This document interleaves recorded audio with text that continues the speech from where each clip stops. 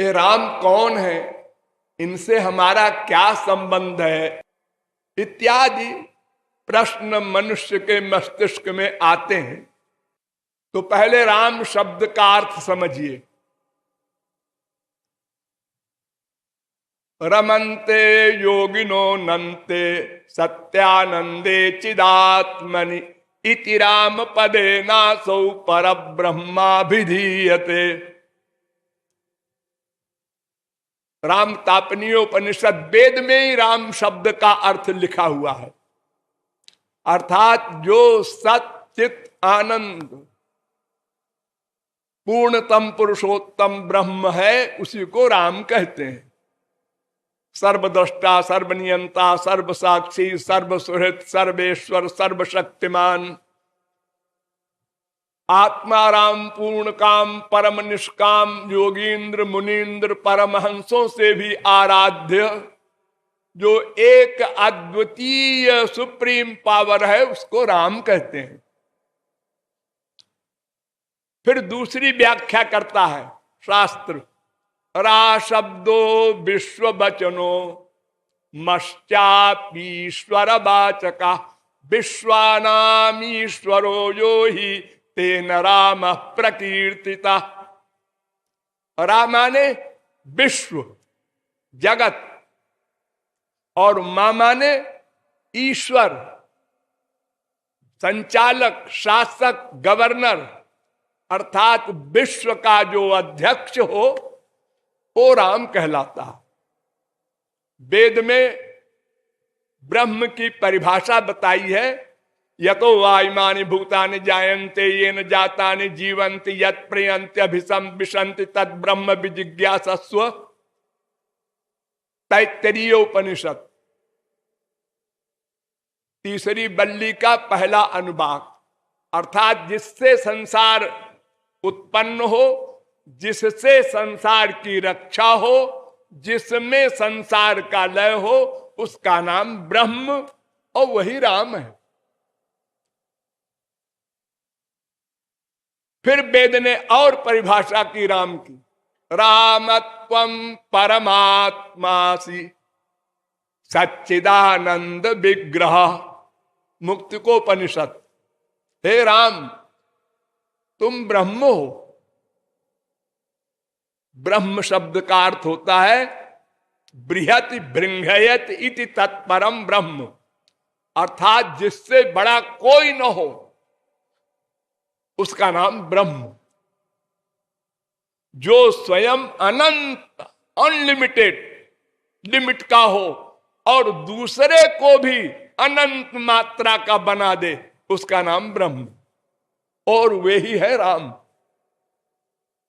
राम एव परम ब्रह्म, राम एव परम तपः, राम एव परम तत्वम, श्री रामो ब्रह्म तारकम।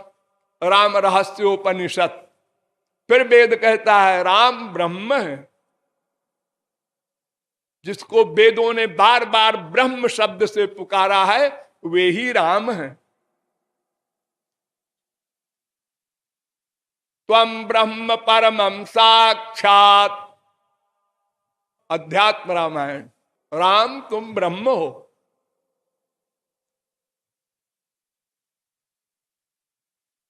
स्वयं ब्रह्मा बता रहा है राम कौन है। कर्ता सर्वस्य लोकस्य, वाल्मीकि रामायण। समस्त ब्रह्मांड का बनाने वाला, प्रकट करने वाला ब्रह्म वही राम है। त्वं विष्णुर जानकी लक्ष्मी। ये जो विष्णु है जिनका बहुत वर्णन आता है, संसार के पालन करने वाले, ये राम तुम हो। और जो लक्ष्मी है उनकी श्रीमती रमा, वो सीता जी है। तुम लोग अवतार लेके आए हो। ब्रह्मा कह रहा भवान नारायणो देवस, आप नारायण हैं। रामो नारायण साक्षात, अध्यात्म रामायण। राम एव परम ब्रह्म, राम रहस्योपनिषद। और जो लोगों के मस्तिष्क में एक बीमारी है, भोले भाले लोगों के, कि राम और है, श्री कृष्ण और है, उनके लिए अध्यात्म रामायण का प्रमाण देखिए। राम कौन है?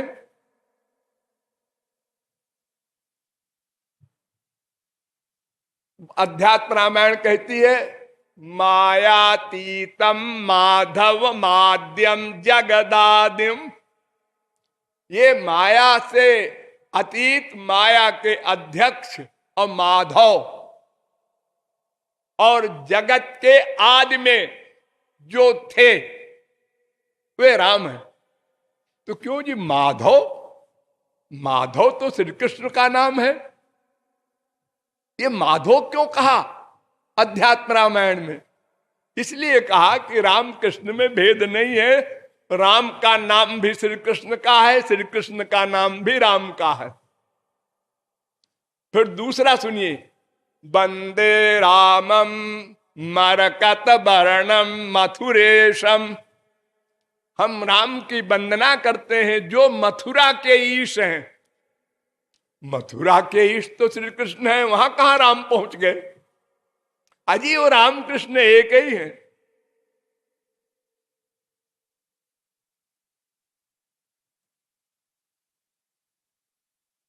बंदित वृंदारक वृंदम वृंदारण्य, बंदित वृंदारक वृंदे, वृंदारण्य, वृंदावन भी पहुंच गए राम। वृंदारण्य बंदित वृंदारक वृंदम। हमारे देश में ऐसी बीमारी है। मैं अयोध्या में बहुत साल पहले गया एक सम्मेलन में, तो वहां एक वृंदावन के महात्मा आए थे, वो अपना राधे राधे कीर्तन कराए, तो वहां के हजारों बाबा बोले ही नहीं। क्या बुद्धि है। और ये उनकी अध्यात्म रामायण कह रही है ऐसा। तो रामकृष्ण में किसी में कोई भेद नहीं, न नाम में, न रूप में, न गुण में, न लीला में, न शक्ति में, किसी में कोई भेद नहीं। तो राम कौन है? ब्रह्म है, सुप्रीम पावर, जिससे परे और कुछ न हो, वे राम ब्रह्म है। ठीक, तो उनको जानना है। कैसे जानेंगे? वेद कहता है तमेव विदित्वाति मृत्यु में नान्य पंथा विद्यते जनाय। श्वेताश्वतरोपनिषद 6वें अध्याय का 15वां मंत्र। उस ब्रह्म को, उस राम को जान कर ही कोई माया से उत्तीर्ण हो सकता है, अर्थात आत्यंतिक दुख निवृत्ति हो सकती है। हम लोग क्या चाहते हैं? आत्यंतिक दुख निवृत्ति और अनंत मात्रा का अनंत काल के लिए आनंद। ये दो एम है हमारे। भोले भाले लोग तो इतने ही कह देते हैं हमारा दुख चला जाए, दैहिक, दैविक, भौतिक, 84 लाख का ये जो चक्कर है हमारा, ये समाप्त हो जाए, उसको मोक्ष कहते हैं। लेकिन ये अल्पज्ञता है। मोक्ष नहीं मांगना है, खबरदार, सावधान। भगवत प्रेम मांगना है। मोक्ष बहुत निंदनीय वस्तु है। इसको तो हमारे यहां शास्त्रों में चुड़ैल कहा है। भुक्ति मुक्ति स्पृहाजावत पिशाची, पिशाची हृदय वर्तते तावद भक्ति सुखस्यात्र कथम अभ्युदयो भवेत। जब तक भुक्ति माने ब्रह्मलोक तक के सुख प्लस मुक्ति, ये दो चुड़ैलें आपके अंतःकरण में रहेंगी, तब तक भक्ति देवी का प्राकट्य नहीं होगा। एक पैर भुक्ति के ऊपर रखो, एक पैर मुक्ति के ऊपर रखो, तब प्रेमानंद की कामना करो।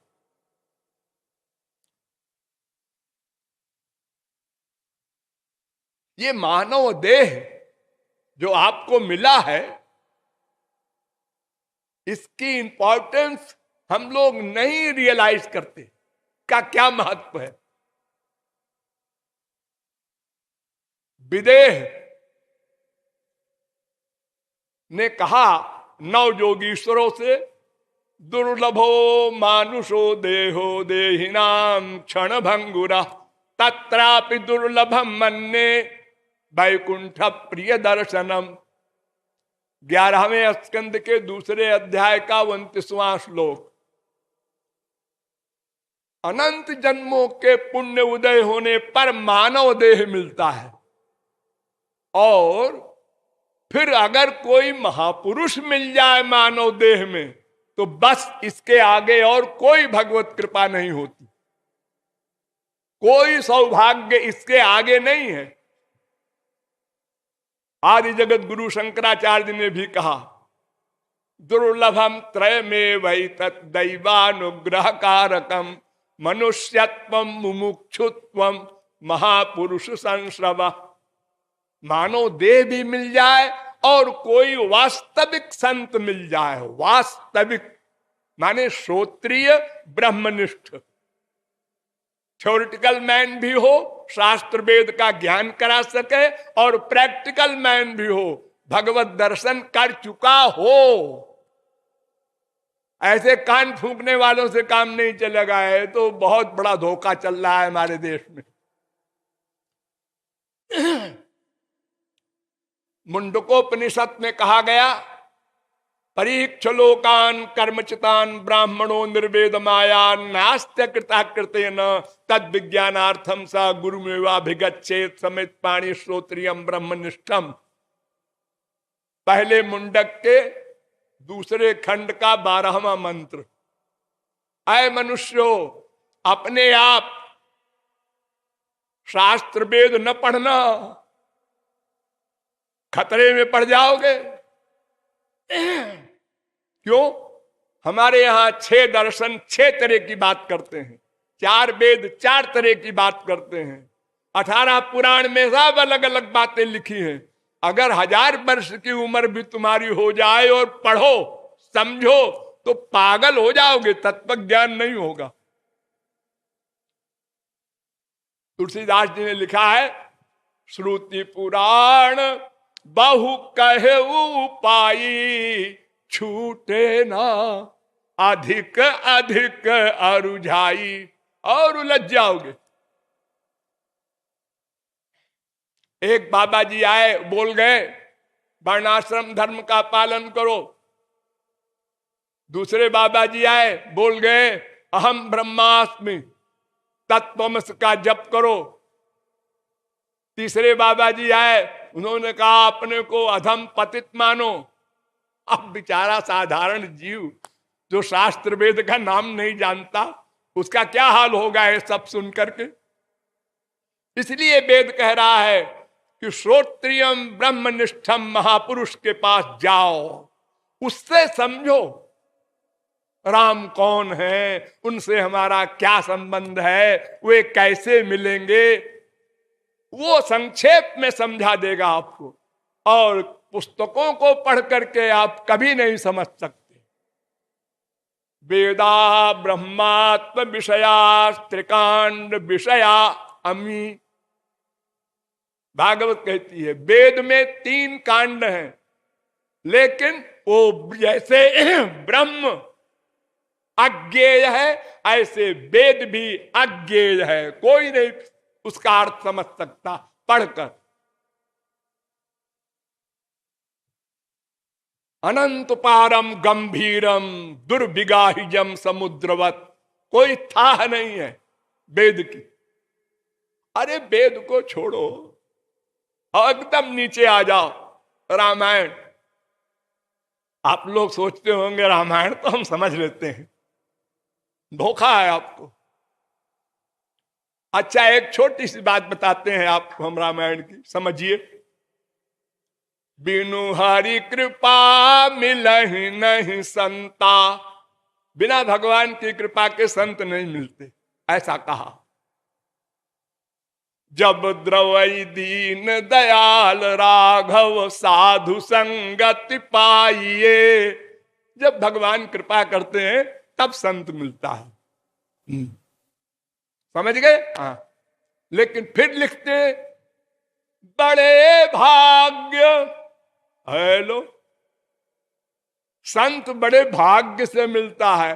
पुण्य पुंज बिनु मिलहि न संता, सत संगति संस्कृति कर अंता। बड़े पुण्य से मिलता है संत और भगवान की कृपा से मिलता है संत। इन दोनों में क्या सही है? दोनों लिखा। अरे मानव देह को देखो, बड़े भाग्य मानुष तनु पावा, सुर दुर्लभ सद ग्रंथन गावा। बड़े भाग्य से मिलता है मनुष्य का शरीर। और कबहु करी करुणा नर देही, देत ईश बिनु हेतु सनेही। कभी भगवान कृपा करके मानव देह देते हैं। क्यों जी? अगर भगवान देते हैं तो उनका एहसान हम मानेंगे। फिर आप ये क्यों कहते हैं अपनी कमाई का फल है, अपने पुण्य है? अगर अपने पुण्य है तो भगवान को हम क्यों थैंक यू कहें? एक बात बताओ, क्या सही है दोनों में? हाँ, दोनों लिखा है, हम पढ़ते तो है रामायण, तो फिर क्या समझोगे तुम?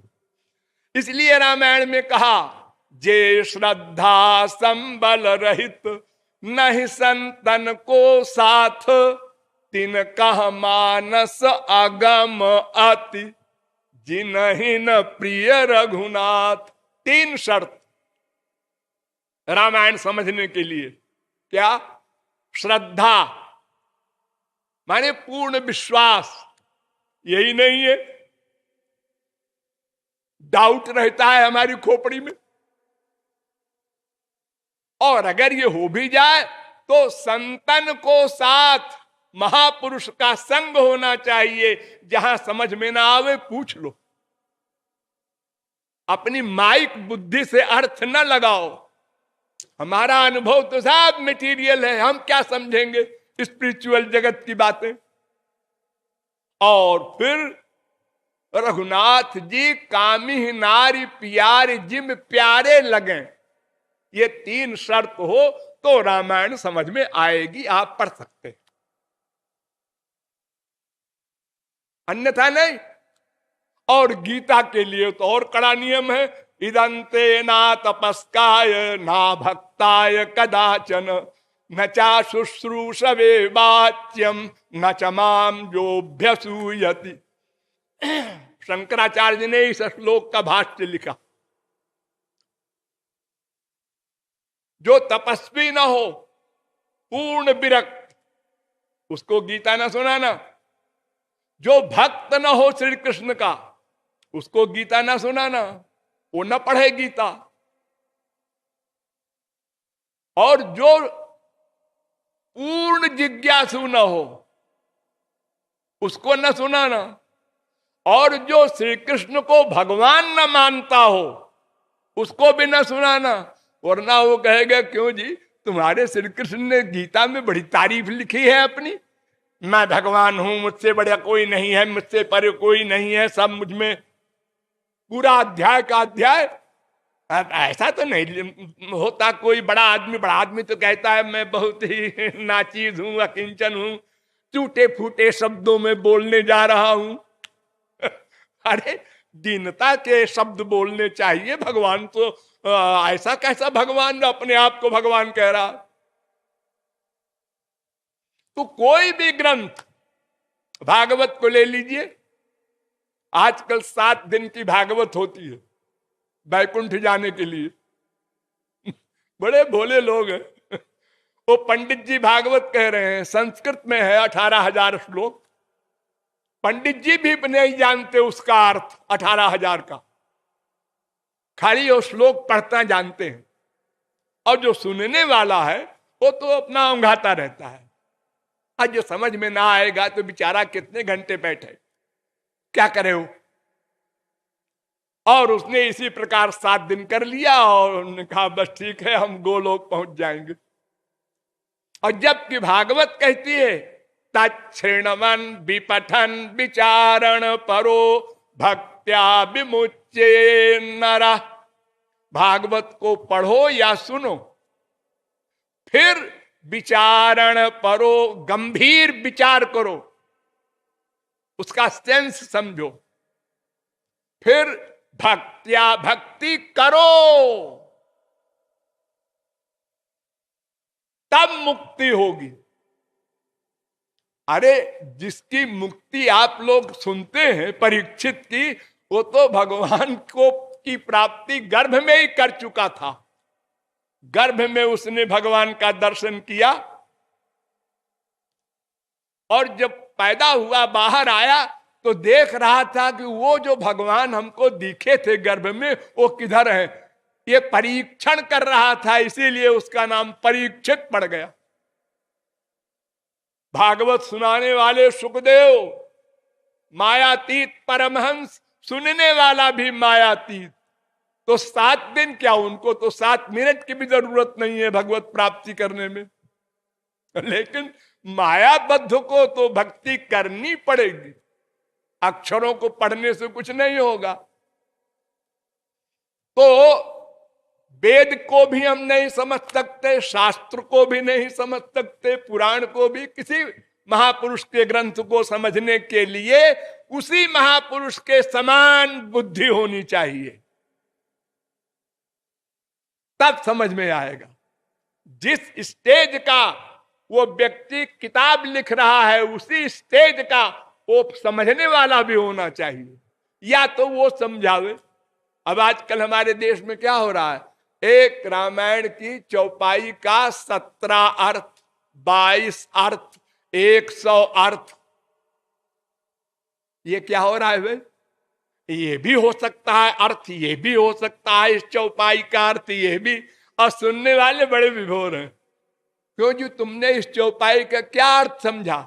उन्होंने कहा ये भी हो सकता है, ये भी हो सकता है। तो डिसीजन क्या है तुम्हारा? तो एक आदमी पूछे भाई इसका नाम रमेश है? नहीं, रमेश भी हो सकता है, दिनेश भी हो सकता है, सुरेश। अरे तो फिर एक तो निश्चय करो। अरे हमारे दिमाग में तो कंफ्यूजन भर दिया पंडित जी ने, हम क्या डिसीजन ले? तो राम तत्व को जानने के लिए श्रोत्रिय ब्रह्मनिष्ठ महापुरुष चाहिए।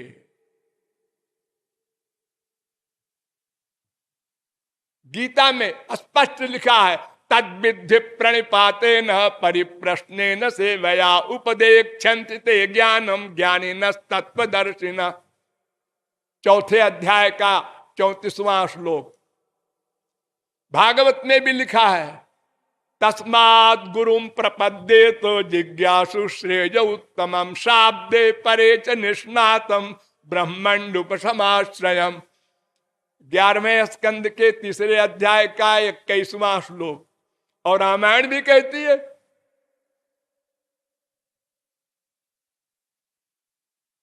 गुरु बिनु भव निधि तरई न कोई, जो बिरंचि शंकर सम होई। आदि जगत गुरु ब्रह्मा भी हो तो भी बिना गुरु के न शास्त्रों वेदों का अर्थ समझ में आएगा, न साधना समझ में आएगी, न आत्यंतिक दुख निवृत्ति होगी। पंचक्लेश पंचकोश कोई भी दोष नहीं जाएगा, और भगवत प्राप्ति तो बहुत दूर की बात। ठीक, तो राम कौन है? अब हमने जो अपने गुरु से समझा है वो आप लोगों को बताने जा रहे हैं। राम कौन है? तो सबसे पहले तो आप ये समझिए कि राम को अपनी बुद्धि से जानने की चेष्टा कभी न करना। क्यों? यतो वाचो निवर्तन्ते अप्राप्य मनसा सह। वेद कह रहा है वो बुद्धि से परे है। दूसरे खंड का चौथा मंत्र है। भगवान बुद्धि से परे है। तुम बुद्धि से जानना चाहते हो ना? हाँ, तुम्हारी बुद्धि मटेरियल है, माइक है, प्राकृत है, और भगवान दिव्य है। इसी एक पॉइंट से कट गया। देखिए, वेद में बड़ा सुंदर निरूपण है। इंद्रियेभ्य परा ह्यर्थार्थेभ्यश्च परम मनः मनसस्तु परा बुद्धिर्बुद्धिरात्मा महान परा महता परम अव्यक्तो अव्यक्तात् पुरुषा परा पुरुषान्न परम किंचित सा काष्ठा सा परागति। कठोपनिषद पहले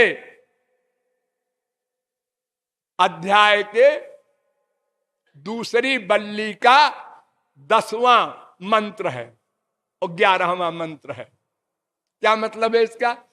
इंद्रियों से परे इंद्रियों के विषय, उससे परे मन, उससे परे बुद्धि, उससे परे आत्मा, उससे परे माया, उससे परे ब्रह्म। तो जब आत्मा कोई अपनी बुद्धि नहीं जान सकती तो परमात्मा को क्या जानेगी? असंभव।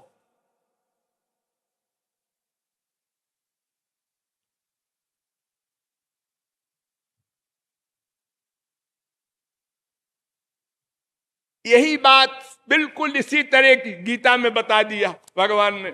इंद्रियाणि पराण्याहुरिंद्रियेभ्यः परम मनः मनसस्तु परा बुद्धिर्बुद्धे परतस्तु सा। इंद्रियों से परे मन, मन से परे बुद्धि, बुद्धि से परे वह। और भागवत में देख लीजिए, नाहम न यूयम यदृताम गतिम विदुर न वाम देव किमुता परे सुरा तन्मायया मोहित बुद्धयस्पिदम विनिर्मितम चात्म समम प्रचक्ष्महे। दूसरे स्कंद के 6वें अध्याय का 36वां श्लोक। ब्रह्मा कह रहा है, मैं भगवान को, राम को मैं नहीं जानता, और मैं यह भी जानता हूं कि शंकर जी भी नहीं जानते, इंद्र भी नहीं जानता, बृहस्पति भी, कोई नहीं जानता, क्योंकि सबकी बुद्धि माया की बनी हुई है और वो बुद्धि से परे है। जैसे किसी गहरे समुद्र को नापने के लिए कोई 1 फुट का पैमाना ले जाए और डुबो दे और बाहर आकर कहे समुद्र की गहराई 1 फुट, लोग मान लेंगे। दूसरा व्यक्ति गया, उसके पास 2 फुट का पैमाना था, उसने भी डाल दिया। उसने कहा वो गधा है जो कहता है 1 फुट है, 2 फुट गहरा है। तीसरा गया, उसके पास 10 फुट का पैमाना था, उसने कहा है दोनों गधे हैं, 10 फुट गहरा है। जितना गहरा समुद्र है उतना बड़ा पैमाना है ही नहीं किसी का। अपने अपने पैमाना को बता रहा है वो। जितनी लिमिट की उसकी बुद्धि है उतने उसका निरूपण हो गया ब्रह्म का। अरे रामायण से समझिए, बड़ा आसान जो है। राम स्वरूप तुम्हार बचन अगोचर बुद्धि पर अभिगत अलख अपार नेति नेति नित निगम बद। अरे जी, जो बड़े बड़े बुद्धिमान है, ब्रह्मादिक नथिंग से संसार बना दिया, वो भी नहीं जान सकते ना, ना कोई नहीं ना। जग पे खन सब देखन हारे विधि हरि शंभु। ये तीनों पर्सनालिटी नचावन हारे तेऊ न जानहि मरम तुम्हारा और तुम ही को जानन हारा। अंतिम अथॉरिटी ब्रह्मा विष्णु शंकर, ये भी नहीं जान सकते, और कौन जानने वाला है? और तो सब उनसे बहुत नीचे हैं। क्यों नहीं जान सकते? मैंने बताया ना कि गो गोचर जहां लगी मन जाई सो सब माया जानहु भाई। जहां तक बुद्धि जा सकती है वो सब माया।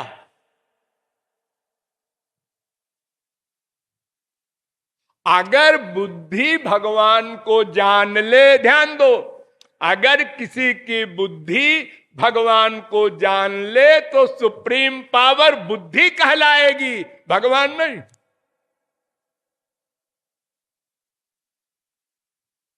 यन मनसा न मनसे ये तये नाहुर मनोमतम तदेव ब्रह्म त्वं विद्धि नेदम यदिदुम उपासते यक्षुषा न पश्यति जेन चक्षुग्वंसि पश्यति तदेव ब्रह्म त्वं विद्धि नेदम यदिदुम उपासते यत् प्राणेन न प्राणीति जेन प्राणः प्रणीयते तदेव ब्रह्म त्वं विद्धि। वेद बार बार कह रहा है कि इंद्रिय मन बुद्धि का प्रकाशक है राम। तो प्रकाशक से प्रकाशित वस्तु अपने प्रकाशक की प्रकाशिका नहीं हो सकती, अननेचुरल। इसलिए भगवान को कोई नहीं जान सकता। इसलिए भगवान को जानने का प्रयत्न ना करो, ये जान लो। कोई पूछे कि कृपालु ने क्या बताया भगवान के बारे में, तो ये बताया उन्होंने कि भगवान को जानने का लेबर न करना, उसके जानने का जो उपाय है वो करना।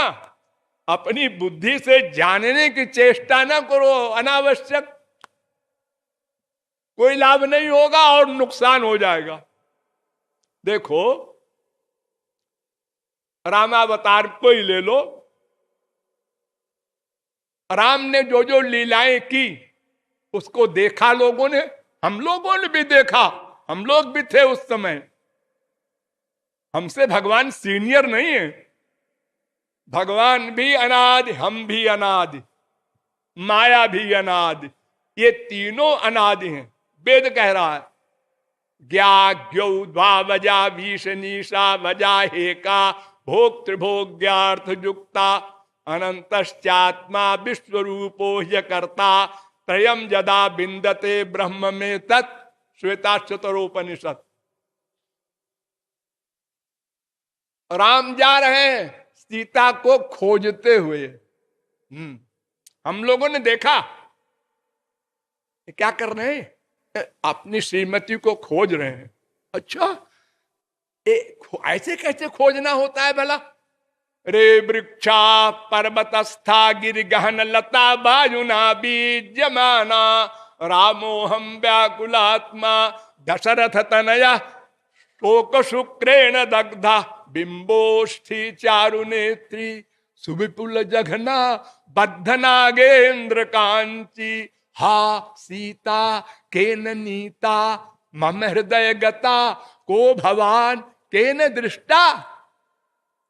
राम और रोते हुए, देखिए राम की परिभाषा है ब्रह्म माने आनंदमय, सदा वो रो रहे हैं। पहला तो यही आश्चर्य, क्यों जी ये ब्रह्म है, हाँ ये रो रहे हैं, ब्रह्म कहीं रोता है क्या आप मजाक करते हैं? और रोते हुए क्या कर रहे हैं? ए वृक्षो, पेड़ों से पूछ रहे हैं तुम्हारे नीचे से हमारी सीता गई है क्या? भला पेड़ बोलेगा? ये भी होश नहीं है राम को। ऐसी पोजीशन में हमने जब देखा तो हम लोगों ने क्या कहा होगा? लैला मजनू का रिकॉर्ड तोड़ दिया। अरे भगवान है, अरे क्या बकवास करते हो, भगवान तो सर्वज्ञ सर्वदृष्टा सर्वनियंता सर्वसाक्षी सर्वेश्वर। ऐसा होता है? ऐसा थोड़े होता है कि वो पेड़ से बात करे। अरे वो तो स्त्री की बात छोड़ो, अनंत कोटि ब्रह्मांड में प्रत्येक ब्रह्मांड के प्रत्येक लोक के प्रत्येक देश के प्रत्येक प्रांत के प्रत्येक ग्राम के प्रत्येक पोखरे में रहने वाले करोड़ों जीवों के अनंत जन्मों के प्रत्येक क्षण के प्रत्येक संकल्प को नोट करता है एक भगवान। तो वो अपनी श्रीमती का हाल नहीं जानता जो पेड़ों से पूछ रहा है? और आश्चर्य देखो, राम कह रहे हैं लक्ष्मण से, को हम ब्रूहि सके, क्यों जी, मैं कौन हूं? लक्ष्मण को भी नहीं पहचानते, अपने को भी नहीं पहचानते, तो कहते हैं क्यों जी, मैं कौन हूं? लक्ष्मण कहते हैं आर्या, आप आर्ज हैं। आर्या सको, कौन सा आर्ज? कह राघव, आप राघव हैं। अच्छा मैं राम हूं। केयूयम, तुम कौन हो? महाराज दासो स्मृते लक्ष्मण, आपका दास लक्ष्मण हूं। अच्छा अच्छा, आप समझा, मैं राम हूं, तुम लक्ष्मण। लेकिन हम दोनों यहां जंगल में क्या कर रहे हैं? कांतारे की मिहास में, जंगल में क्या कर रहे हैं? महाराज देव्यागतिर मृग्यते, देवी जी को ढूंढ रहे हैं। देवी? का देवी? कौन देवी रे? जनकाधिराज तनया, माता जानकी को। ओ हा जानकी, बेहोश हो गए। अब आप लोग सोचिए कि इस हालत में हमने जब देखा होगा राम को तो क्या नहीं सोचा होगा, और अपने को सोचा होगा कि है भाई, दुनिया में किसी की भी स्त्री खो जाए, पुलिस में रिपोर्ट करो और आदमी भेजो, रेडियो से अनाउंस कराओ, ये करो वो करो, ये क्या बकवास है? तो हम राम को कैसे समझेंगे? सुगम अगम नाना चरित सुनि मुनि मन भ्रम हो। अरे पार्वती सरीखी, ब्रह्मांड नायक गवर्नर की बीबी शंकर जी के साथ जा रही थी, तो शंकर जी ने राम को प्रणाम किया। पार्वती ने कहा ये भी किसी को प्रणाम करते हैं? और ऐसे आदमी को जो अपनी स्त्री के लिए पागल हो रहा है। शंकर जगत बंद्य जगदीशा, सुर नर मुनि सब नावत शीशा, सो नृप तनय कीन परनामा, कही सच्चिदानंद परधामा। सच्चिदानंद भगवान को नमस्कार है। ये सच्चिदानंद है। अरे इनका जब इतना बुरा हाल है श्रीमती खोने पर, ये सच्चिदानंद है। हमारे पति का भी दिमाग खराब हुआ। शंकर जी मुस्कुराने लगे, ठीक है हमारा खराब है कि तुम्हारा मालूम हो जाएगा। तो गई पार्वती परीक्षा लेने। वाह, स्टूडेंट टीचर की परीक्षा लेने जा रहा है। पावर हाउस तो राम है, उनसे पावर पाया पार्वती ने, अब उन्हीं की परीक्षा लेने गई। सीता का स्वरूप बना लिया, मेकअप नहीं, साक्षात वही रूप। लक्ष्मण को चक्कर आ गया। लक्ष्मण दीख उमाकृत बेखा, भय चकित भ्रम हृदय विशेखा। वो भी नहीं जान सके लक्ष्मण भी कि ये सीता है कि और कोई है। और राम ने देखा और जान लिया। और बड़े विनोद में रोना वोना बंद हो गया। माता जी अकेली कैसी बैठी हो, पिताजी कहां गए? पार्वती को काटो खून नहीं, वो परीक्षा लेने गई थी। और शंकर जी मुस्कुरा रहे हैं, और लो परीक्षा। हाँ, तो राम हो या कृष्ण हो या कोई पर्सनैलिटी ऐसी हो जो बुद्धि से परे हो और वो माइक कार्य करे जिसको हम लोग करते हैं, तो हम कैसे उसको मानेंगे कि ये माया से परे है या मायाधीश है? नहीं समझ सकते हम लोग। इसीलिए शास्त्र वेद कह रहे हैं कि उसको कोई नहीं समझ सकता।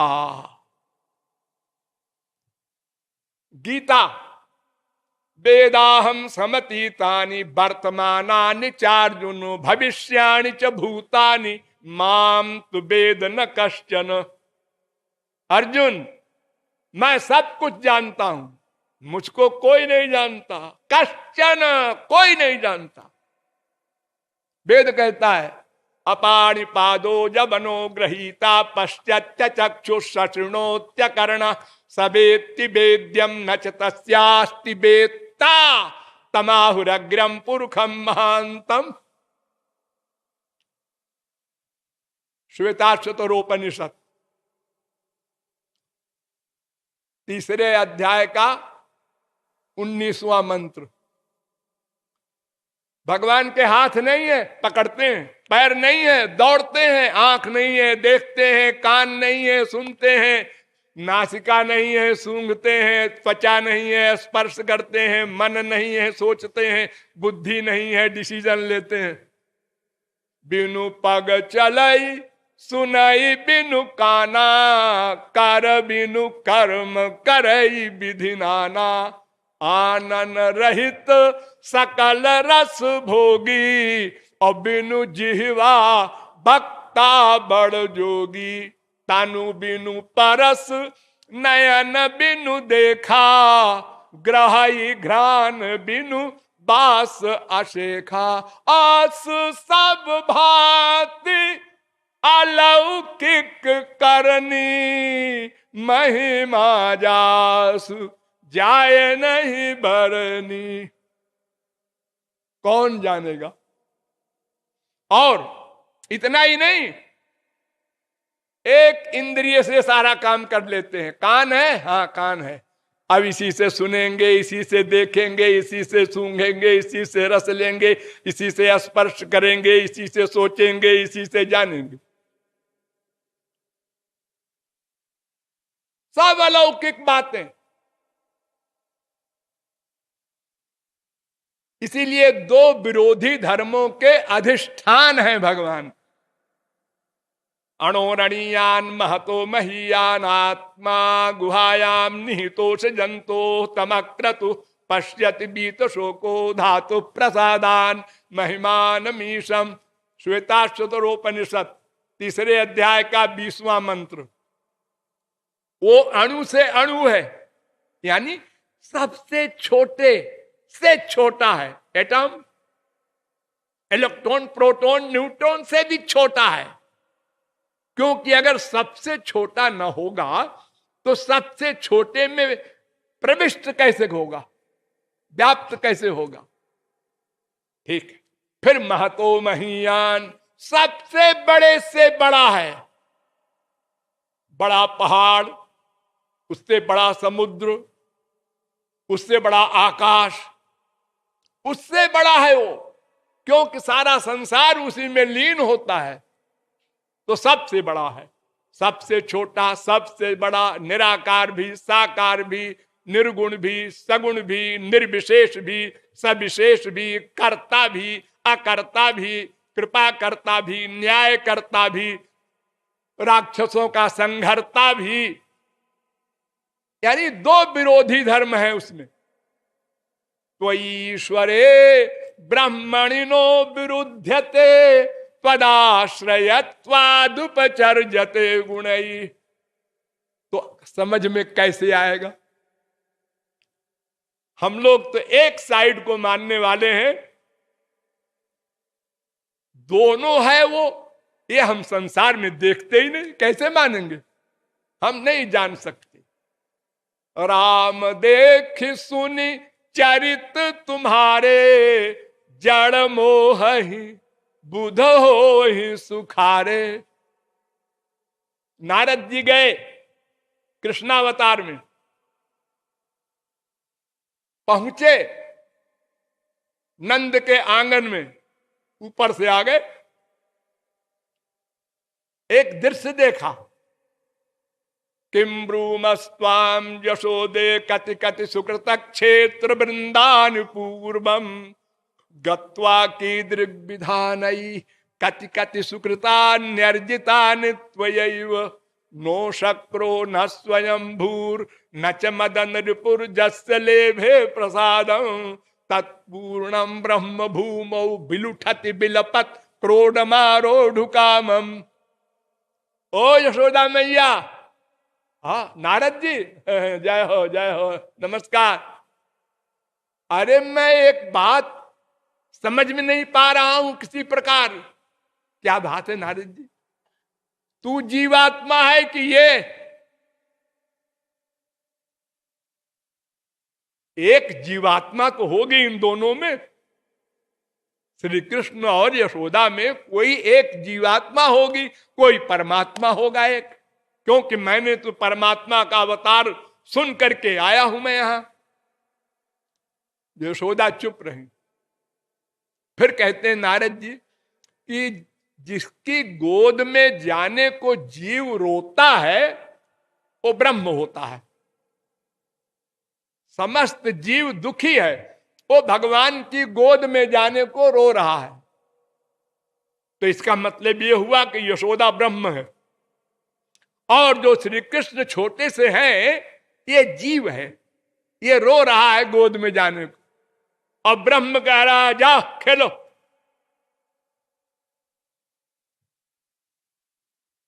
यशोदा ने कहा नहीं नहीं ऐसा नहीं है भाई यही ब्रह्म है, मैं तो जीव हूं। लेकिन ये सब प्राइवेट बात है। लीला में मुझको भी इसने भुला दिया है कि मैं जानती हूं ये ब्रह्म है, मैं भी भूली हूं, बेटा मानती हूं, लाला मानती हूं, और ये भी भूला है कि मैं ब्रह्म हूं।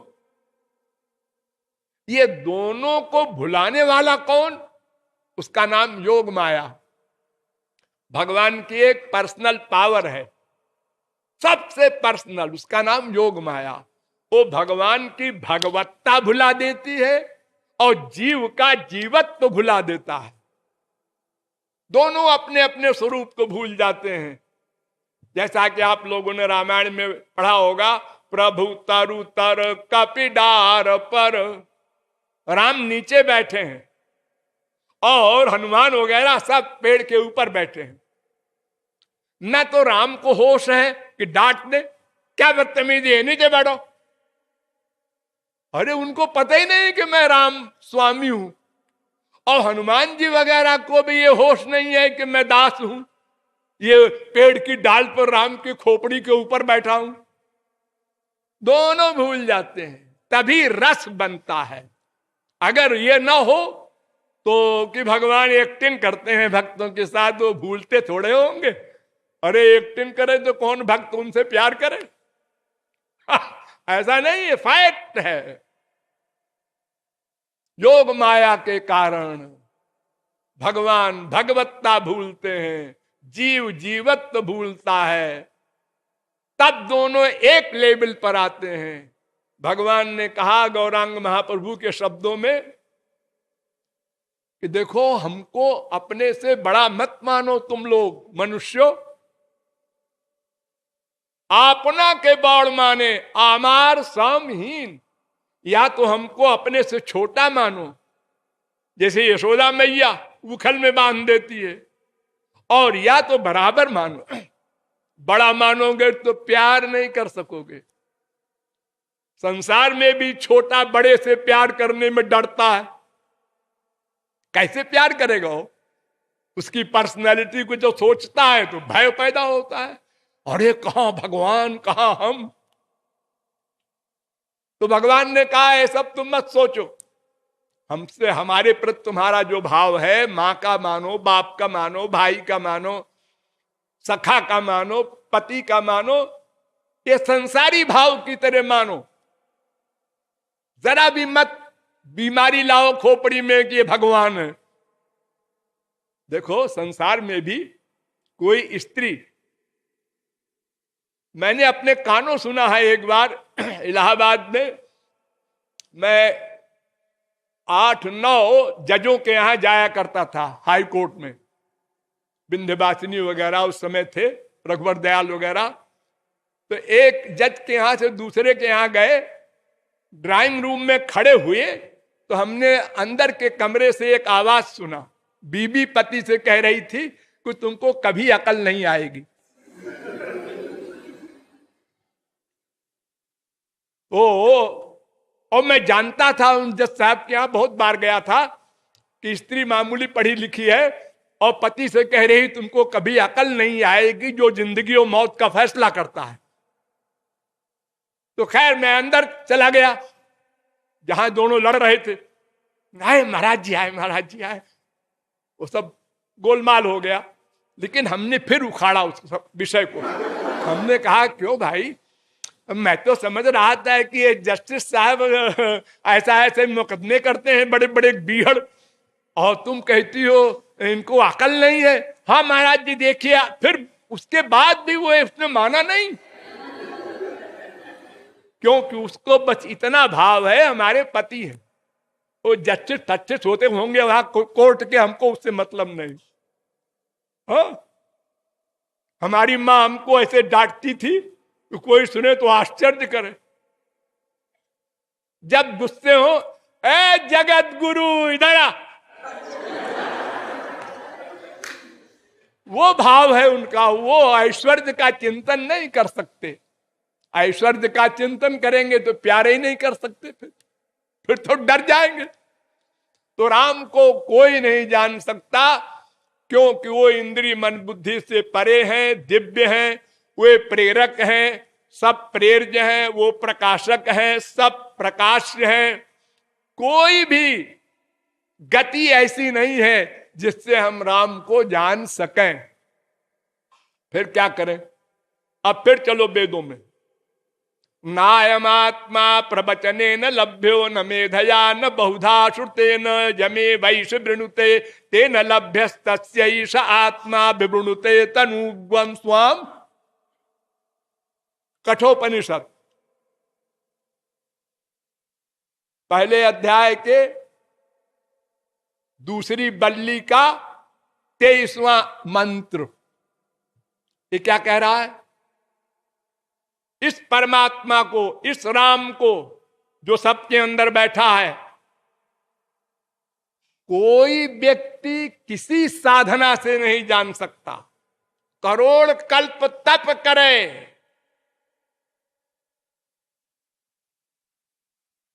कुछ भी करे, कर्म ज्ञान उपासना जो भी चाहे हो, इससे ये नहीं पकड़ में आएगा। फिर किसी ने भगवत प्राप्ति की ही नहीं, ये मतलब है? नहीं नहीं नहीं, ऐसा नहीं। वेदाहमेतम पुरुषम महांतम, अनंत जीवों ने राम को प्राप्त किया, ब्रह्म की प्राप्ति की। वो कैसे किया? यमे वैश वृणुते ते न लभ्या। जिसको वो जना दे, जिस पर वो कृपा कर दे, वो उनको जान सकता है, पा सकता है, देख सकता है, स्पर्श कर सकता है। अच्छा अच्छा, मुंडकोपनिषद भी यही कहता है, नायमात्मा प्रवचने न लभ्यो न मेधया न बहुधा श्रुते न। तीसरे मुंडक के दूसरे खंड का तीसरा मंत्र।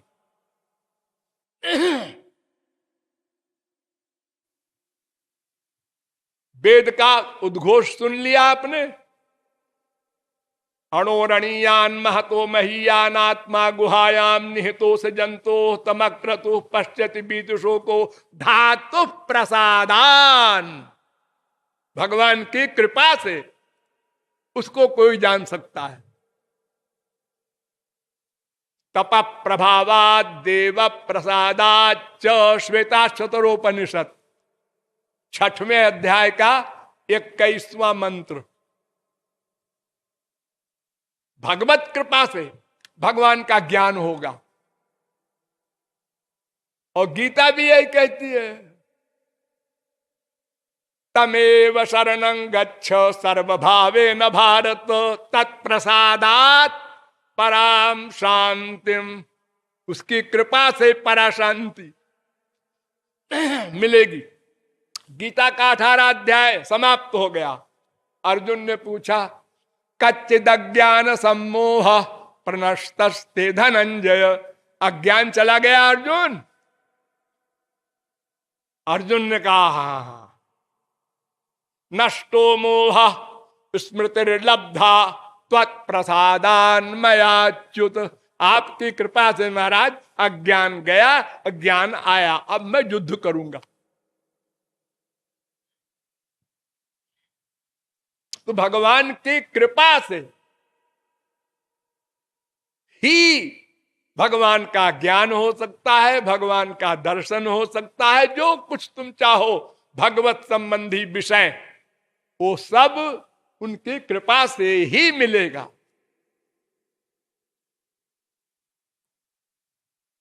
रामायण से समझो, मैंने बताया ना, विधि हरि शंभु न चावन हारे, तेऊ न जानहि मरम तुम्हारा, और तुम ही को जानन हारा। उसी के नीचे लिखते हैं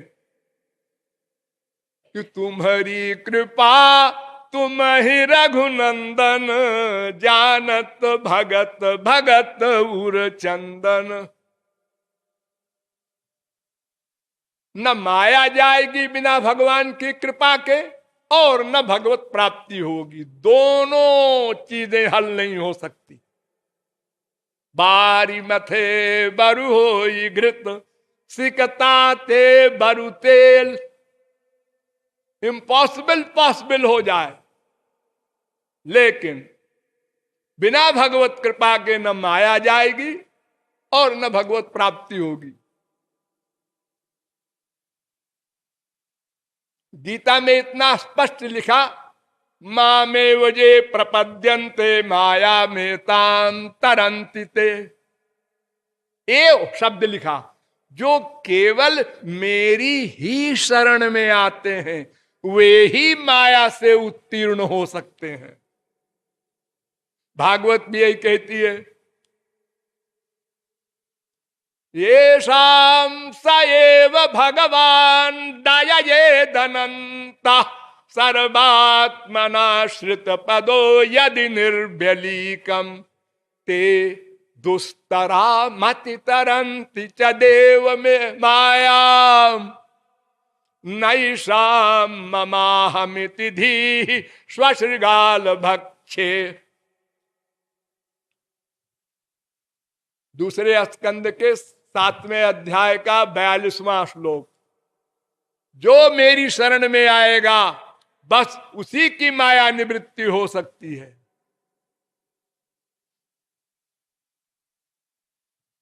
और कोई सूरत नहीं।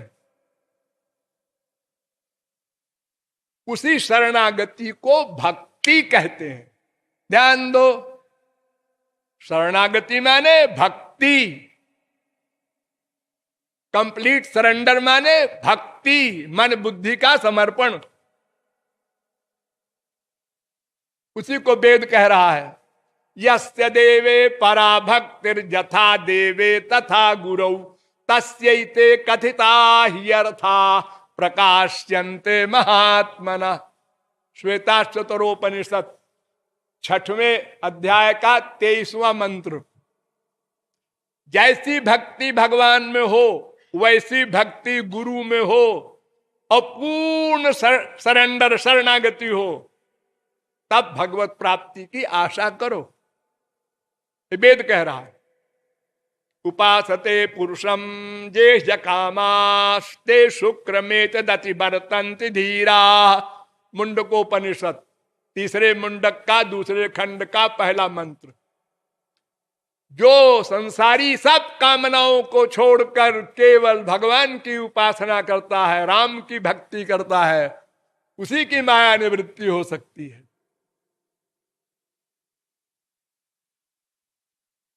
और रामायण तो आप लोग जानते ही हैं, 1000 जगह लिखा हुआ है, मिलहिन रघुपति बिनु अनुरागा, किए जोग जप ज्ञान विरागा।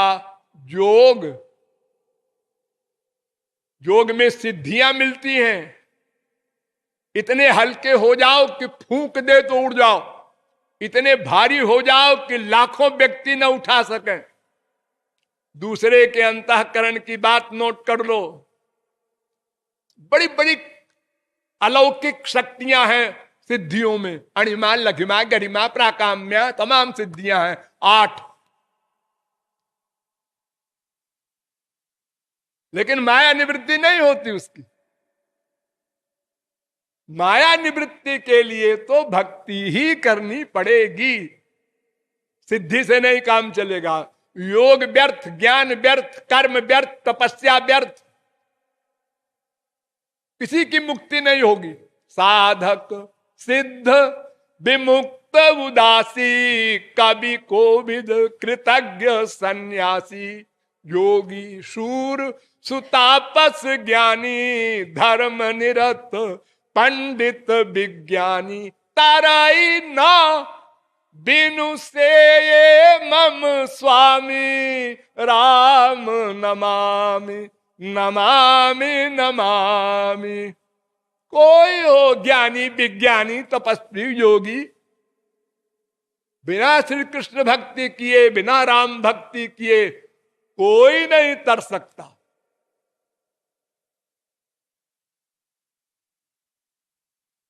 यह माया इतनी बलवती है कि शिव चतुरानन देखी डेराही, अपर जीव के ही लेखे माही। भगवान को कौन जानेगा? अब देखिए, मैं गंवारी भाषा में आप लोगों को बताता हूं। जब कभी कोई आपसे पूछे तो सीधे सीधे बता देना, भगवान को कौन देख सकता है? जवाब, भगवान। भगवान का स्पर्श कौन पा सकता है? भगवान। भगवान के शब्द कौन सुन सकता है? भगवान। भगवान को कौन जान सकता है? भगवान। तो जीव ने कैसे जाना? भगवान ने अपनी आंख जीव में डाल दी, शक्ति आंख वाली, कान वाली कान में डाल दी, नासिका वाली नासिका में डाल दी, और बुद्धि वाली बुद्धि में डाल दी। तो भगवान की शक्ति सब प्लस हो गई मटेरियल में, तो सब स्पिरिचुअल हो गए। तब हमने भगवान को देखा, सुना, सूंघा, रस लिया, स्पर्श किया, जाना, एक साथ। ऐसे नहीं जान सकते। ऐसे तो कैसे जानेंगे? वो भी समझ लीजिए। राम खड़े हैं धनुष यज्ञ में, हम लोग भी थे, देखा। विदूषण प्रभु विराटमय दिशा, बहुमुख कर पद लोचन शीशा। आश्चर्य! आप संसार में किसी को देखते हैं तो 3 बात हो सकती है, या तो अच्छा लगे, सुंदर लगे, और या तो खराब लगे, देखा हटा लिया आंख, और या तो कॉमन मैन लगे, हाँ ठीक है बस। लेकिन राम को देखने वाले, एक कहता है इनके 18 सिर है और 24 पैर है, दूसरा कहता है बेवकूफ, गिनती भी आती है, 22 सिर है और 64 इसके पैर हैं, तीसरा कहता है तुम दोनों अंधे हो, इनके 1000 सिर है, 2000 पैर है। अरे ऐसा कैसा हो सकता है भाई? ये कैसा शरीर है भगवान का? और दूसरा देख रहा है, वो कहता है कि नहीं नहीं जी, 2 ही हाथ है, 2 ही पैर है, 1 ही सिर है। ये क्या बकवास कर रहे हैं आप लोगों का? कुछ गड़बड़ है क्या? हरि भक्तन देखे 2 भ्राता, इष्ट देव सम सब सुख दाता। भक्त लोग देख रहे हैं, इनको दिव्य दृष्टि पहले से मिल चुकी है। वो कहते हैं नहीं नहीं, ये तो ब्रह्म है। योगिन परम तत्वमय भाषा, शांत शुद्ध सम सहज प्रकाशा। अर्थात सब अलग अलग ढंग से देखे। जाकी रही भावना जैसी, प्रभु मूरति देखी तिन तैसी। बहुत से लोग आप लोगों में से हैं जो कहते हैं भगवान को एक बार दिखा दीजिए महाराज जी, फिर देखिए मैं कैसी भक्ति करता हूं। अरे पागल हो जाओगे, नास्तिक हो जाओगे, मत देखो।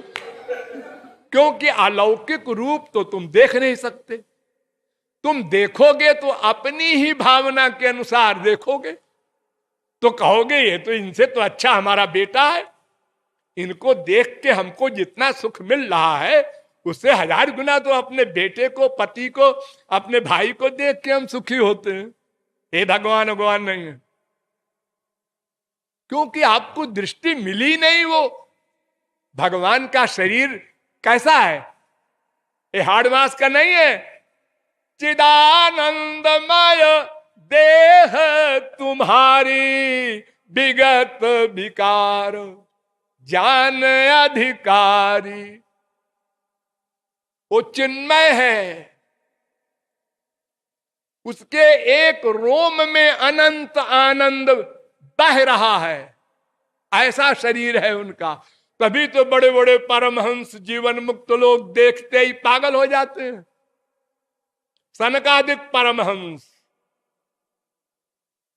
भगवान को देखा और चिल्ला पड़े, तस्यारविंद नयनस्य पदारविंद किंजल कमिश्र तुलसी मकरंद वायु अंतर्गत स्वविवरेण चकार तेषाम संक्षोभमक्षर जुषामपि चित्त तन्वो। हे भगवान, हे राम, हे कृष्ण, हमको नरक में बास दे दो। ये सनकादिक परमहंस कौन है? ये भगवान के अवतार हैं और पैदा होते ही से परमहंस हैं। सदा नंगे सारे संसार में और सारे देवलोक गोलोक में घूमते हैं। ये क्या हो गया है? अपने को नरक में बास मांग रहे हैं भगवान से। हाँ, लेकिन शर्त है, उसमें मांग में एक सब सेक्शन भी है, आपके चरणों में मेरी भक्ति बनी रहे ऐसा नरक दे दो। हमें ब्रह्मानंद नहीं चाहिए ज्ञानियों वाला।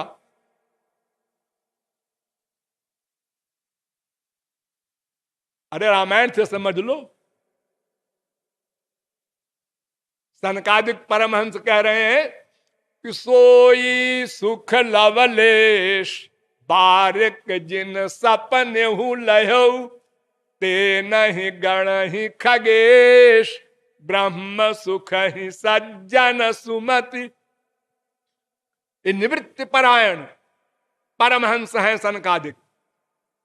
वो कह रहे हैं कि राम के दर्शन का जो सुख है उसका लवलेश भी अगर किसी को मिल जाए तो वो निराकार ब्रह्म के आनंद को फेंक देगा, जैसा हमने फेंका। और प्रवृत्ति परायण परमहंस है जनक।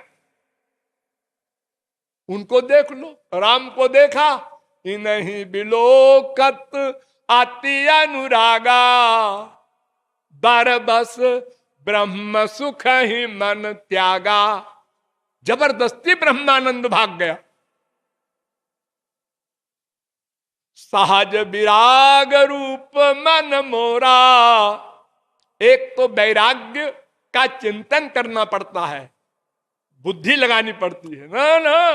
सहज विराग रूप मन मोरा और थकित होत जिमि चंद चकोरा। राम के मुखार बिंद से आंख हटती नहीं। ये क्या हो गया मुझको? मेरा मन तो मर चुका था। वो जनक परमहंस है, एक हाथ स्त्रियों पर, एक हाथ आग में जल रहा है और अपने को ब्रह्म की स्थिति में किए हुए हैं। इतनी ऊंची अवस्था में रहने वाले का ये बुरा हाल हो जाए। हाँ? तो भक्ति के बिना भगवान कृपा नहीं करेंगे। जजमेंट सुनो, भक्ति के बिना भगवान कृपा नहीं करेंगे, और बिना उनकी कृपा के न माया निवृत्ति होगी, न आनंद प्राप्ति होगी, न भगवान का दर्शन होगा। यानी आपका कोई भी एम, उद्देश्य पूर्ण नहीं हो सकता। इसलिए भक्ति करना है। अब भक्ति किसे कहते हैं, कैसे भक्ति करें, प्रैक्टिकल, वो काम की बात है।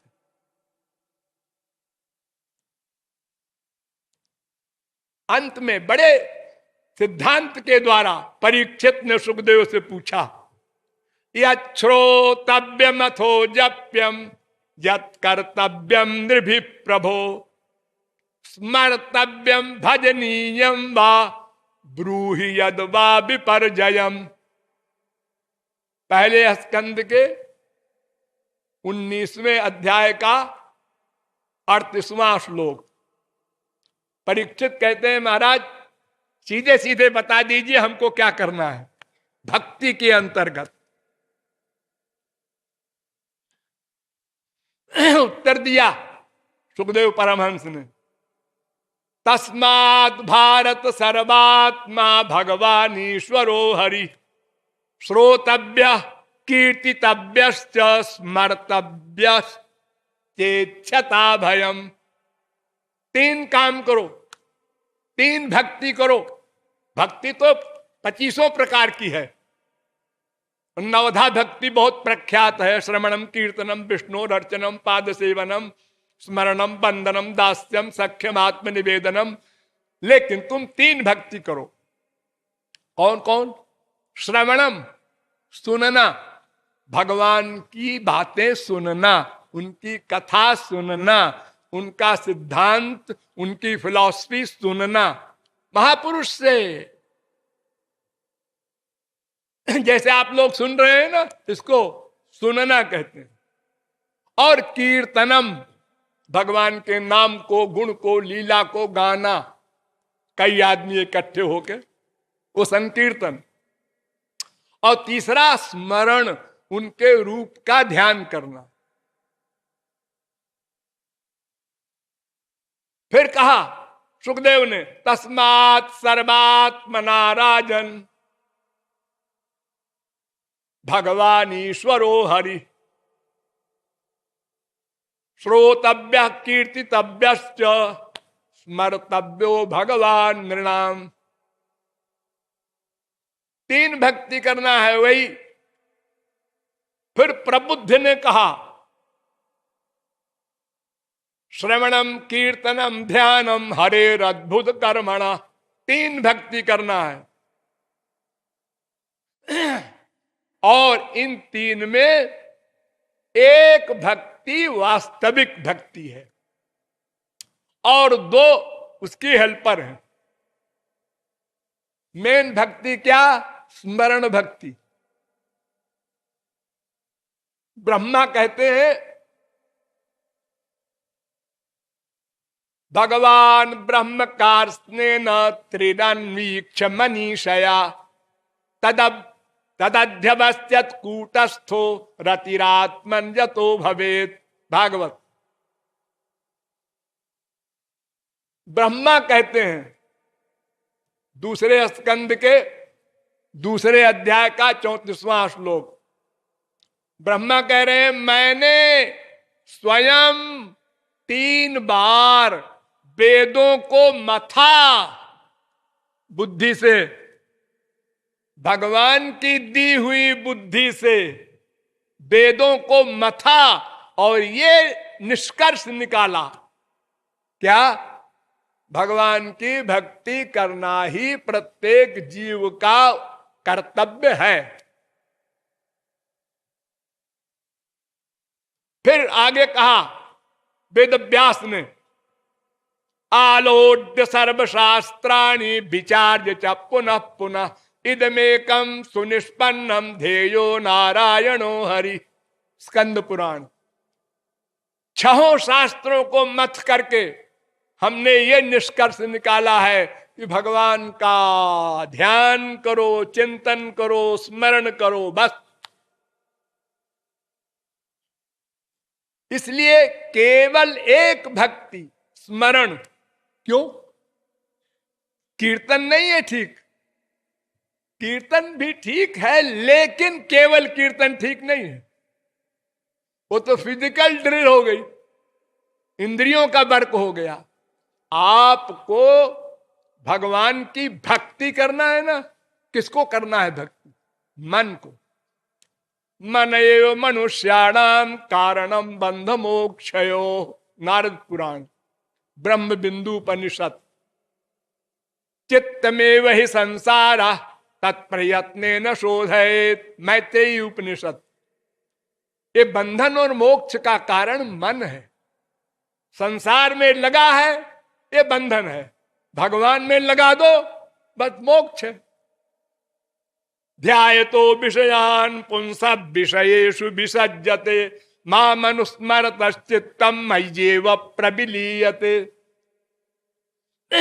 मन का ही वर्क है। हमारे संसार में भी मन का ही वर्क माना जाता है। देखो तमाम जज बैठे हैं यहां, ये जानते हैं कि मंशा थी उसकी कि नहीं, ये निश्चय करो। अगर उसकी मंशा थी खराब तो फिर उसने पाप किया, दंड मिलना चाहिए। मंशा नहीं थी। एक आदमी अपना रिवाल्वर से गोली चला रहा है पेड़ के ऊपर, ये समझ करके कि हम जरा सीखें निशाना मारना। उसमें एक आदमी बैठा था, मर गया। तो वो क्या करे बेचारा? क्यों तुम पेड़ पर बैठे थे जी? अजी ऐसे हम बैठे थे, अच्छा लग रहा था। तो फिर मैं क्या करूं, मर गए तुमको। उसको दंड नहीं मिलेगा। तो मंशा हो खराब तो अपराध है। आप किसी के घर के बाहर ताला लगा है, उसके अंदर आप देख रहे हैं रात को टॉर्च से, पुलिस ने पकड़ा, क्या कर रहे हो? देख रहा हूं कहां का बना हुआ ताला है। जी हाँ, कहां का बना हुआ ताला है, चलो कोतवाली, तुम्हारी मंशा खराब है। हमारे संसार में भी देख लो, होली पर 1 अप्रैल को ससुराल में कैसी गालियां मिलती है। कोई बुरा नहीं मानता, ना कोई मुकदमा दायर करता है, क्योंकि मंशा खराब नहीं है, मजाक है।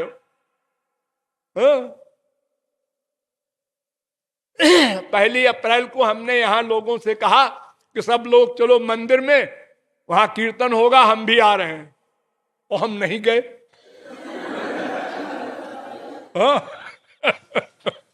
हमने कहा सब लोग कहते हैं कि आज के दिन फूल बनाना चाहिए। अरे फूल को फूल बनाना कोई सेंस नहीं रखता। ऐसे ही क्या कम फूल है हम लोग, लेकिन फिर भी लोग बनाते हैं एक एंजॉयमेंट के लिए, मनोविनोद के लिए। तो एक भक्ति है स्मरण, कीर्तन है हेल्पर है, अच्छा है। श्रवण है वो भी आवश्यक है। अगर आप जानेंगे नहीं राम कौन है, जीव क्या है, ब्रह्म क्या है, माया क्या है, साधना कैसी करनी है, ये सही सही नहीं जानेंगे तो क्या होगा। हमारे देश में करोड़ों लोग भगवान की भक्ति कर रहे हैं बेचारे, लेकिन क्या कर रहे हैं जानते ही नहीं। उनके गुरु उनको समझाए नहीं, गुरु को ही ज्ञान नहीं था। कोई रामायण की चौपाइयां पढ़ रहे हैं, कोई गीता के श्लोक पढ़ रहे हैं, कोई और अपना ग्रंथ का अक्षर पढ़ रहे हैं। अक्षर पढ़ने से क्या होगा? अरे गीता में लिखा है माम एकम शरणम ब्रज, भगवान कह रहे हैं अर्जुन से मेरी शरण में आ जा। और हमने पढ़ा माम एकम शरणम ब्रज, हम किससे कह रहे हैं शरण में आओ? अरे शरण में जाना है प्रैक्टिकल, खाली कहने से क्या होगा। एक तोते को पढ़ा दिया पाठ, आए तोते उस नली पर न बैठना फंस जाएगा, उसने रट लिया और नली पे बैठ गया और कहता है नली पे न बैठना फंस जाएगा, और फंस गया। ऐसा हमारा ज्ञान क्या काम देगा। इसलिए स्मरण भक्ति करना है। मनेर स्मरण प्राण, स्मरण प्राण है और बाकी भक्ति शरीर है। शरीर में प्राण है तो शरीर की भी इंपॉर्टेंस है। प्राण निकल गया, अब वो शव हो गया, तुरंत निकालो घर से बाहर, जल्दी जलाओ 24 घंटे के अंदर। उसके इतना वैराग्य हो गया घर वालों को, तो स्मरण करने से ही काम बनेगा। और एक बात और कि कोई कामना नहीं करना है भगवान से, मोक्ष पर्यंत की कामना नहीं करना है। ये बहुत बड़ी बीमारी है हमारे देश में।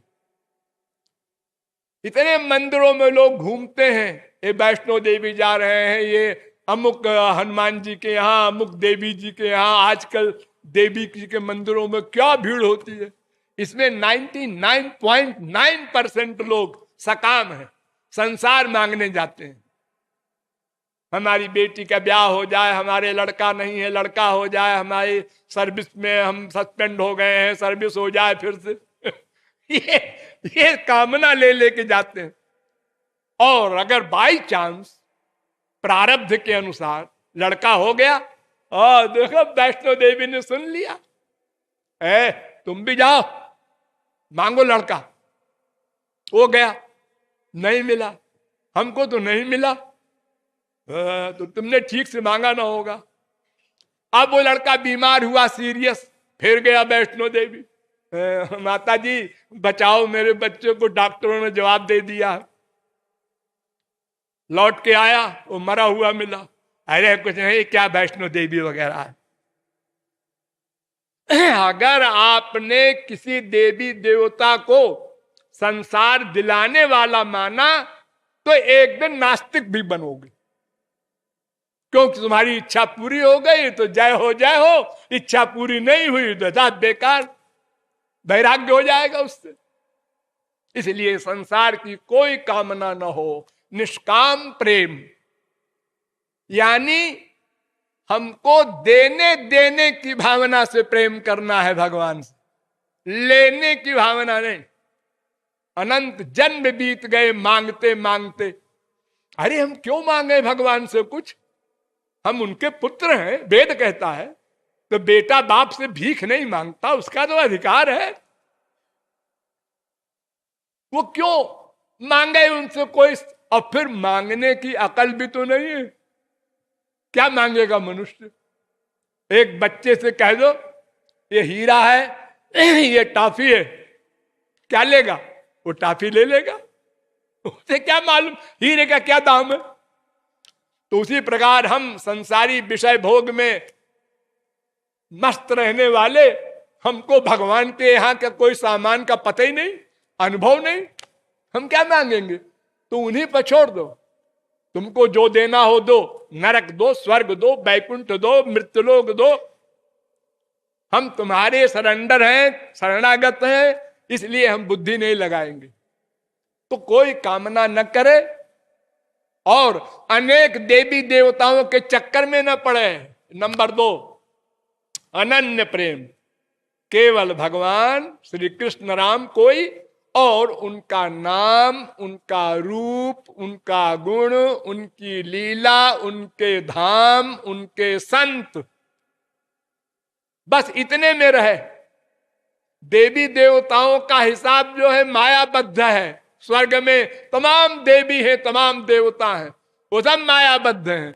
उनकी भक्ति करेंगे तो हम भी माया में आसक्त होकर 84 लाख में घूमेंगे। यान्ति देवव्रता देवान, गीता कहती है देवताओं की भक्ति करोगे तो उन्हीं को प्राप्त होगे, और वो वहां से ढकेल दिए जाएंगे। पुण्य क्षीण होने पर फिर 84 लाख में घूमोगे। तो किसी की भक्ति नहीं करना है। यथा तरोर मूल निषेचनेन तृप्यन्ति तत्स्कंध भुजोपशाखा। पेड़ की जड़ में पानी डालो तो उसके शाखा, उपशाखा, पत्र, पुष्प, फल सब में जल पहुंच जाएगा। और पत्ते में पानी डालोगे तो पेड़ सूख जाएगा। तुम ये देवी देवताओं के चक्कर में पड़े हो, यहां भी भागते हो, वहां भी भागते हो। क्यों भागते हो? एक चीज निश्चय करो, हमको राधा कृष्ण की भक्ति करना है। और हम राधा कृष्ण को प्राप्त करने वाले इस महापुरुष में पूर्ण सरेंडर करते हैं और उसकी बताई साधना करते हैं। बस इसके आगे न सुनना है, न पढ़ना है, न सोचना है, न जानना है, न करना है, तब भगवत प्राप्ति होती है। अन्यथा जैसे आपने यहां पर 4 फुट खोदा, कंकड़ मिल गया, तो आपने कहा यहां पानी नहीं है, कंकड़ मिल गया। वहां 10 फुट खोदा, एक पत्थर की चट्टान मिल गई, अरे यहां पानी वानी नहीं मिलेगा। 1000 जगह खोदते खोदते मर गए, पानी नहीं मिला। अगर एक ही जगह परिश्रम करके 25 फुट खोद लेते तो पानी मिल जाता। तो ऐसे ही हम लोग भी करते हैं, कभी ऐसा किया कभी वैसा किया। अपने अपने घरों में हम लोगों ने बाजार लगा रखा है, ये देवी, ये देवता, ये तमाम 1 2 3 4 10 15। अरे एक का रूप ध्यान तो बैठता नहीं मन में, ये तुम इतने सारे भगवान लगा रखे हैं काहे के लिए? ये जी हमारे बाप के हैं, ये बाप के जमाने के तुम अपनी साधना को सोचो, तुमको और क्या मतलब पड़ा है? ये हमारे अंदर बीमारी है। एक वृंदावन में संत थे, वृंदावन बिहारी, निकुंज बिहारी, श्री कृष्ण के भक्त। वो सामने देखा कि श्री कृष्ण खड़े हैं, दौड़े चिपटने के लिए, तो सामने झाड़ी एक आ गई, उसी में बाल उलझ गया, आगे नहीं जा सके और समाधि खुल गई। देखा, अरे अच्छा उसी ने उलझाया है, ठीक है, अब वही सुलझाएगा तो मैं सुलझूंगा, ऐसे नहीं, अपना हाथ नहीं लगाऊंगा। उसको ऐसा देखने में अच्छा लगता होगा, इसीलिए उलझाया है उसने। 1 दिन 2 दिन 3 दिन 4 दिन, अब कब तक खड़ा रहे बेचारा बाबा बिना खाए पिए? भगवान हार गए। अब बूढ़े बन करके आए, अरे बाबा जी ये आप कई दिन से खड़े हैं, मैं देख रहा हूं, अपने हाथ से जटा सुलझा के आप बाहर नहीं आ सकते क्या इस झाड़ी से? बुड्ढे तक मियां बीबी के मामले में बीच में नहीं पड़ते, आउट जाओ, ये हमारा उनका मामला है, हम दोनों निपटेंगे, तुम कौन होते हो? अरे बाबा मैं ही हूं वो मैं ही हूं जिसके लिए तुम ऐसे खड़े हो, जरा शीशे में शकल देख ले, ये है। आखिरकार भगवान हार गए, अपने रूप में आए, प्रकट हुए, तो देखकर विभोर हो गए बाबा जी। लेकिन उन्होंने कहा छूना नहीं हमको। अब क्या झगड़ा है भाई? ऐसा है कि बहुत से श्री कृष्ण हैं, एक बैकुंठ के श्री कृष्ण हैं, एक द्वारिका के श्री कृष्ण हैं, एक मथुरा के श्री कृष्ण हैं। हम जिन श्री कृष्ण के उपासक हैं उनकी गवाही किशोरी जी दे सकती हैं। अगर किशोरी जी आकर कह दे हाँ हाँ ये वही है जिनकी तुम भक्ति करते हो, तो मैं मान लूंगा। बाबा जी ने सोचा अच्छी दांव लगी है, ब्लैकमेल करो तो ठाकुर जी ने कहा आओ भाई तुम भी आ जाओ अबे बाबा नहीं मानेगा।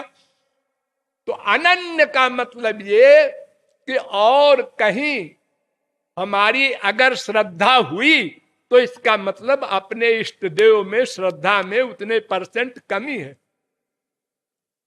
तो अपना अपना इष्ट देव, अपना गुरु और अपनी साधना, ये 3 चीज में अनन्य होना चाहिए।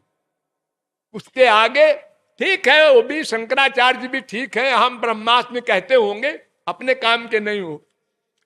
हमारा जिस साधना से संबंध है उसको बढ़ाना है हमको, इधर भी उधर भी उधर भी ये नाटक नहीं करना है।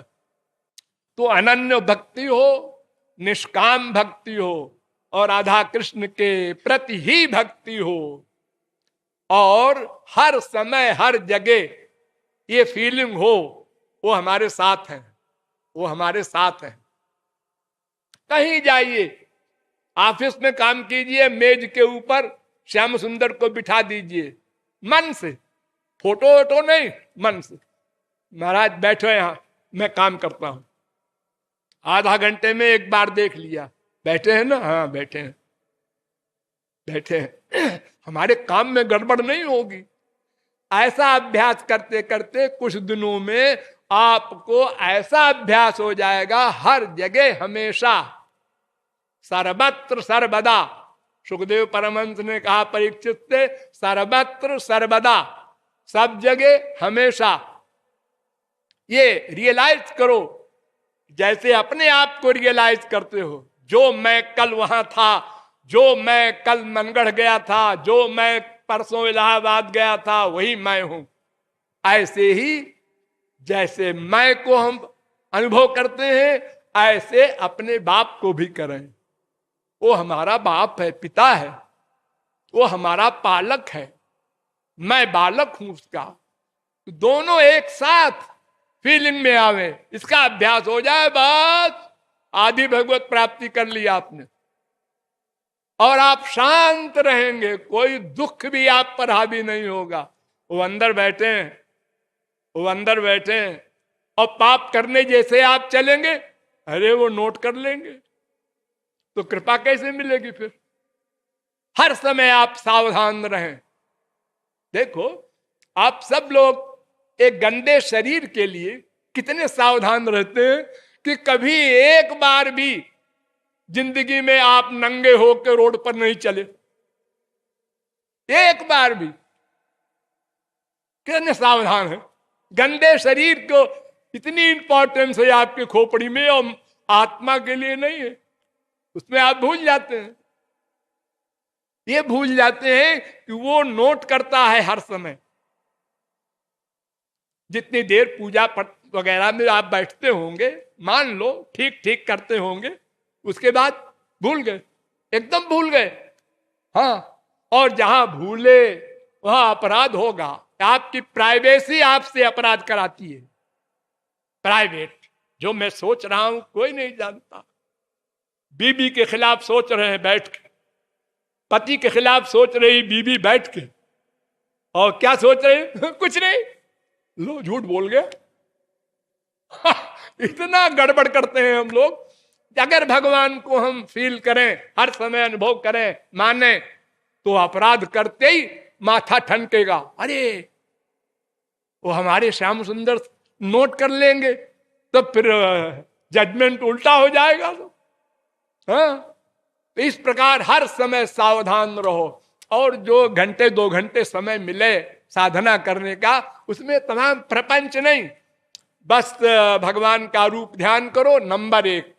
फिर उसके बाद धीरे धीरे कीर्तन करो, और रो कर उनको पुकारो, उनका प्रेम, उनका दर्शन मांगो, रो कर। ये इंद्रियों के वर्क से कुछ काम नहीं चलेगा। ये तो जीरो में गुणा है, 1 करोड़ से गुणा किया जीरो में जवाब आया जीरो। तो अगर आपने मन का अटैचमेंट नहीं किया, तो शास्त्र कहता है जहां मन का अटैचमेंट है वही फल मिलेगा। जड़ भरत तरीके परमहंस जीवन मुक्त, हिरनी के बच्चे में आसक्ति हो गई, और हिरनी को मन में बिठा लिया। मरते समय हिरनी को हृदय से लगा के मरे, मरने के बाद हिरन बने। तो जीवन मुक्त का ये हाल है, तो मायाबद्ध का क्या उसकी क्या गिनती है। तो इस प्रकार सब साधनाओं से युक्त होकर हम अंतःकरण शुद्ध करें, ये हमारा काम। अंतःकरण शुद्ध होने के बाद गुरु स्वरूप शक्ति देकर अंतःकरण को दिव्य बना देगा। सब इंद्रियां भी दिव्य हो जाएंगी, मन भी दिव्य हो जाएगा। तब दिव्य भगवान का दर्शन स्पर्श आज मिलेगा। तब माया निवृत्ति होगी, त्रिगुण त्रिकर्म त्रिदोष पंचक्लेश सब समाप्त हो जाएंगे। और सदा पश्यंत सूरयः तद विष्णु परमं पदम, वेद मंत्र के अनुसार सदा भगवान के लोक में अनंत आनंद युक्त होकर रहेगा, और उसका लक्ष्य प्राप्त हो जाएगा। शेष फिर कभी। बोलिए वृंदावन बिहारी लाल की, राघवेंद्र सरकार की।